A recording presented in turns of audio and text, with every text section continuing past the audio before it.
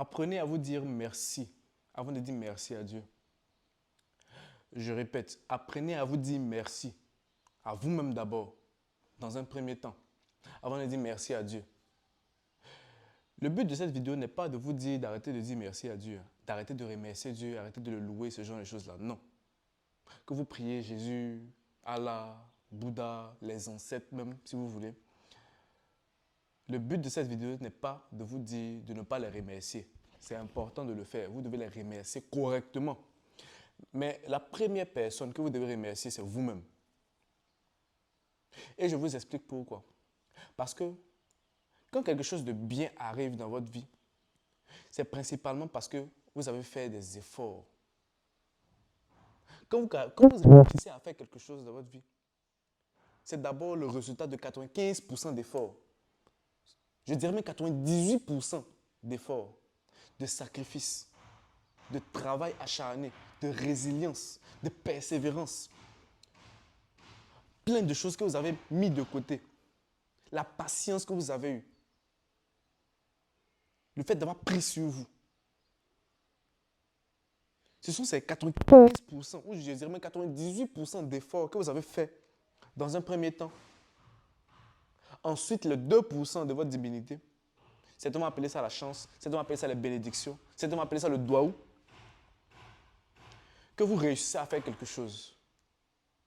Je n'ai jamais vu, depuis que je suis petit, une personne que Dieu a pris comme ça et l'a fait réussir sans aucun effort. Je n'ai jamais vu ça de ma vie. C'est toujours 95% minimum d'efforts que vous faites de votre côté et que ces 95% là, quand Dieu le voit, quand votre divinité le voit, quand vos ancêtres le voient, ils vous bénissent. Ils viennent tout simplement apporter les 5% qui restent afin que ça fasse les 100%. Ce qui va correspondre à votre réussite. Ce qui va correspondre à votre accomplissement. Mais vous devez faire les 95% là vous-même. Et c'est pour ces 95% là que vous devez vous remercier. Vous devez vous remercier pour ces 95% là. Parce que ce n'est pas Dieu qui le fait pour vous. Les sacrifices que vous faites là, ce n'est pas Dieu qui le fait pour vous. Les efforts que vous faites là, ce n'est pas Dieu qui le fait pour vous. Le fait que vous ayez travaillé, ce n'est pas Dieu qui a travaillé pour vous. C'est vous d'abord. C'est vous qui avez fait ces efforts-là. Et lui, il est venu tout simplement mettre la dernière pièce du puzzle. Le cul-magie là-dessus, si vous voulez. Afin que tout soit aligné. Mais vous devez d'abord vous dire merci pour les 95% là. C'est la première chose que vous devez faire. Vous dites merci pour les 95% des efforts acharnés que vous avez faits. Vous êtes la première personne, vous êtes la seule personne qui fait ça. Vous faites le plus gros du boulot. Dieu fait le reste. Et pour cette grosse partie du boulot là, vous devez d'abord vous dire merci avant de dire merci à Dieu. Parce qu'on a très souvent tendance à tout remettre dans la main de Dieu. Je ne dis pas que Dieu fait pas de grandes choses dans notre vie. C'est lui qui nous protège, nous donne le souffle de vie, nous permet de nous réveiller chaque matin. Il n'y a pas de souci. Mais ça correspond tout simplement aux 5%. Ça correspond tout simplement aux 5% aux 100%. Les 95 autres pourcents, là, Dieu ne fait pas ça pour vous. Et je me rappelle même qu'il y a un passage de la Bible qui dit que Dieu n'exauce aucune prière. Il n'exauce aucune prière si vous êtes capable de le faire vous-même. C'est-à-dire, si vous voulez manger une banane, vous avez une banane devant vous, vous voulez manger cette banane-là. Vous n'avez pas besoin de le prier pour lui demander si vous voulez manger cette banane-là. Non. Vous mangez cette banane-là tout simplement. Mais beaucoup de personnes remettent tout dans la main de Dieu, alors qu'il a mis tout en vous afin de pouvoir atteindre ces objectifs-là, afin de pouvoir réaliser ce que vous voulez réaliser. Il a déjà mis tout en vous. Mais vous enlevez tout cela, vous mettez de côté, vous prenez ça, vous mettez de côté, et puis vous priez, vous pleurez dans ses oreilles. Et vous vous plaignez que vous n'arrivez pas à accomplir certaines choses. Il a déjà tout mis en vous, afin de pouvoir faire les 95%. Et lui, de son côté, il va tout simplement mettre les 5%, là, c'est-à-dire sa bénédiction. Et même les 5%, là, vous devez faire des actions afin de pouvoir bénéficier des 5%. Parce que la chance, c'est quoi? La chance, c'est tout simplement être au bon endroit au bon moment. Être au bon endroit au bon moment afin que cette chance-là puisse vous avoir. Supposons tout simplement que moi, si tout à l'heure, je prends une voiture et je me rends à Treichville, je vais rencontrer la personne qui va changer ma vie. Mais actuellement, je suis où? Actuellement, je suis chez moi. Je ne suis pas à Treichville. Donc, ça fait que cette chance-là, je ne l'ai pas. Je vais prendre un autre exemple. Supposons que vous êtes un attaquant. Vous êtes un attaquant de pointe en football et que vous vous êtes placé à un endroit afin que la balle puisse atterrir dans votre pied. C'est-à-dire, il y a eu, je vais dire quoi, comme on aime bien le dire, il y a eu un gougou quelque part là-bas et que la balle a été dégagée. Et du simple fait que vous êtes placé à cet endroit bien précis, la balle est arrivée dans votre pied et vous avez tout simplement marqué. À ce moment-là, vous allez parler de chance. Mais cette chance-là, vous a trouvé parce que vous étiez au bon endroit, au bon moment. Et les personnes qui sont plus ou moins élevées, qui sont vraiment intelligentes, savent qu'on calcule cette chance-là.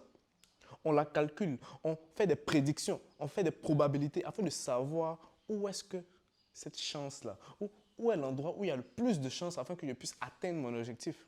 Ou quel est l'endroit principalement où je dois me placer afin de bénéficier de cette chance-là. Tout ça, ça se calcule.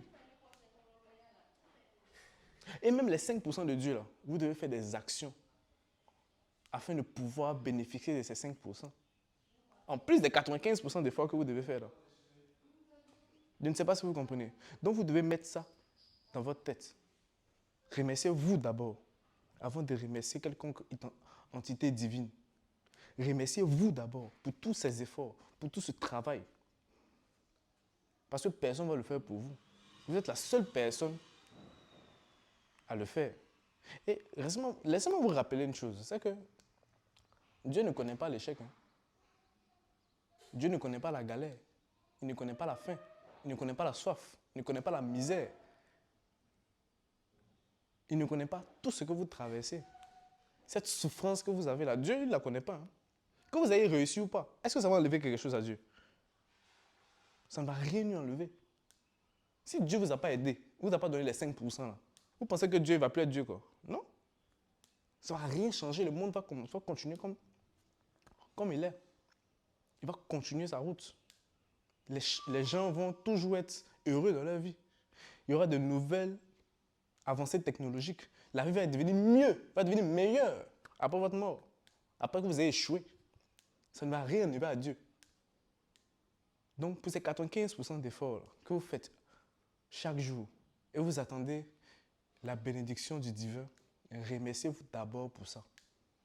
Remerciez-vous d'abord pour ces 95% d'efforts que vous faites.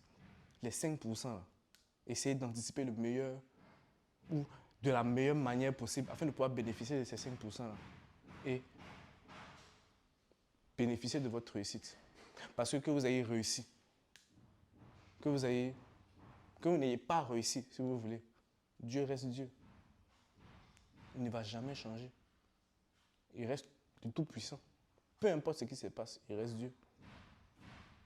Mais vous, votre vie, vous êtes la seule personne. Vous êtes la seule personne, la seule unique personne qui peut avoir un réel impact dans votre vie. Qui peut décider si je ne fais plus ceci, je commence à me comporter de telle manière parce que je veux atteindre tel objectif. Afin de pouvoir d'abord me faire plaisir aux personnes qui sont autour de moi. Et même faire plaisir à Dieu. Mais ne pensez pas que Dieu va faire les choses pour vous. Remerciez-vous d'abord parce que vous êtes la seule personne qui passe à travers tous ces problèmes-là, qui passe à travers toutes ces difficultés et qui persévère, qui est résiliente, qui avance, peu importe les problèmes, jusqu'à ce que vous puissiez atteindre vos objectifs et réussir au final. C'est tout ce que je voulais vous dire pour cette vidéo-là. J'espère que le message est passé. Et je vous dis à la prochaine. Bye.